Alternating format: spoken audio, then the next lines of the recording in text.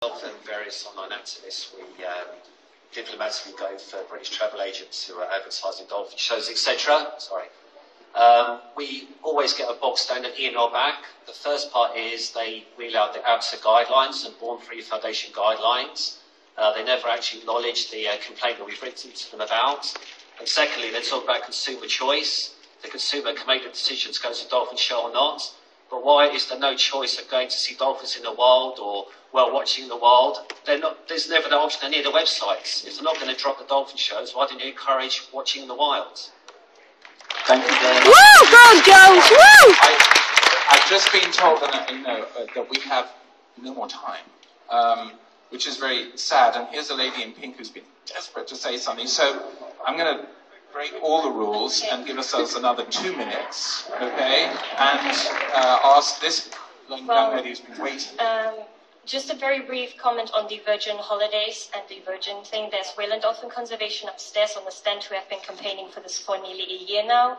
If anybody wants an update, go upstairs and talk to them because they know everything about it.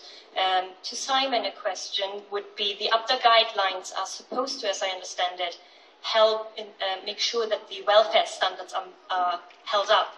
But the reality at the minute is that it's impossible to meet the standard because it says that pregnant cetaceans should not perform. SeaWorld do that. I've spoken to Jeffrey Venture and he said Katina, Kalia, they have all been performing while they were pregnant.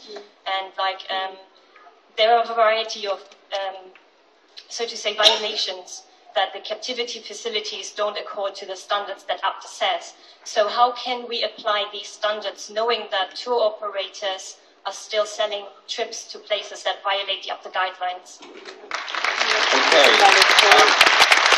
And I know that we are out of time, but I want to just try and summarize. Well, Simon, I think that was the last point. It's been very focused, those last couple of points. So if you have 10 seconds to say something. Definitely. Just very quickly to the gentleman, I think he's hi. Please do come and see me afterwards. We really do welcome sort of that feedback. It is something we can help take to member businesses. And our members, they do have a real mix of wild whale and dolphin watching excursions versus visits to Dolphin Area 2. And I'm happy to talk to you more about that. To go to the point about the ABSA guidance, I'm not qualified to talk about individual attractions, I'm afraid. I don't have enough knowledge to talk about those individual attractions, but any of those comments or feedbacks, and this is an open invitation now, if anyone here today has specific concerns, then please do bring them to us, because that is something that we then can take forward with travel companies. We can then look at what's going on and then, where appropriate, take appropriate action going forward.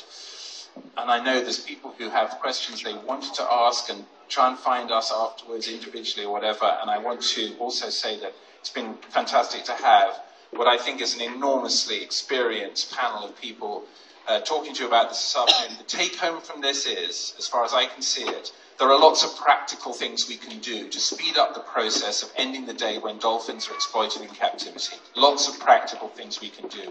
We must never lose sight of the principle that underpins those practical activities.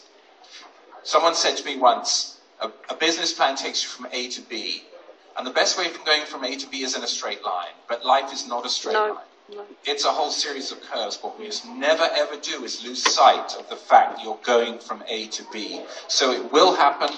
It will happen as soon as we can make it happen, and you are all part of that process. So on your behalf, I want to thank Simon and Daniel and Adrienne and Rick and John and Keith.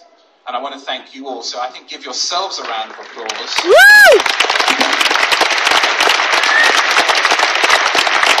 And thank you very much. Good. That was good, wasn't it? Yeah, it was good.